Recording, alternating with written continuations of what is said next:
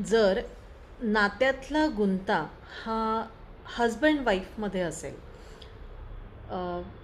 नवरा बायकोमधलं जे नातं असतं ते खूप चांगलं असतं. तो धागा असतो ज्याच्यात कधी गाठ पडू नये अशी सर्वांची इच्छा असते.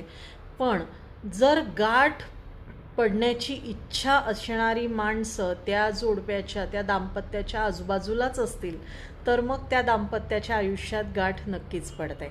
कारण त्या वातावरणात ते जोडपं लहानाचं मोठं होत असतं आणि स्वतःच्या नात्याला फुलवण्याचा प्रयत्न करत असतं.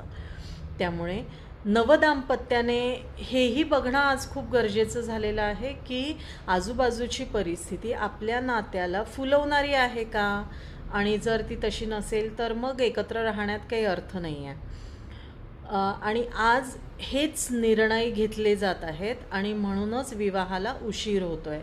मुलीसुद्धा आज तितक्याच चोखंदळ झालेल्या आहेत, कारण विवाहानंतर ते नातं फुललं पाहिजे ना की त्रास झाला पाहिजे. कारण पूर्वी काही गोष्टी होत्या, आईने बहिणीने मुलाला शिकवायचं आणि मग नात्यामध्ये गुंता करून घ्यायचा. मग त्या हजबंड वाईफचं, त्या दाम्पत्याचं जीवन कधी सुखी होत नव्हतं. आता तसं राहिलेलं नाही आहे. ज्या गोष्टींमुळे दाम्पत्याच्या वैवाहिक जीवनामध्ये जर अडथळे येत असतील तर ती माणसं पण नको आणि ती परिस्थिती पण नको.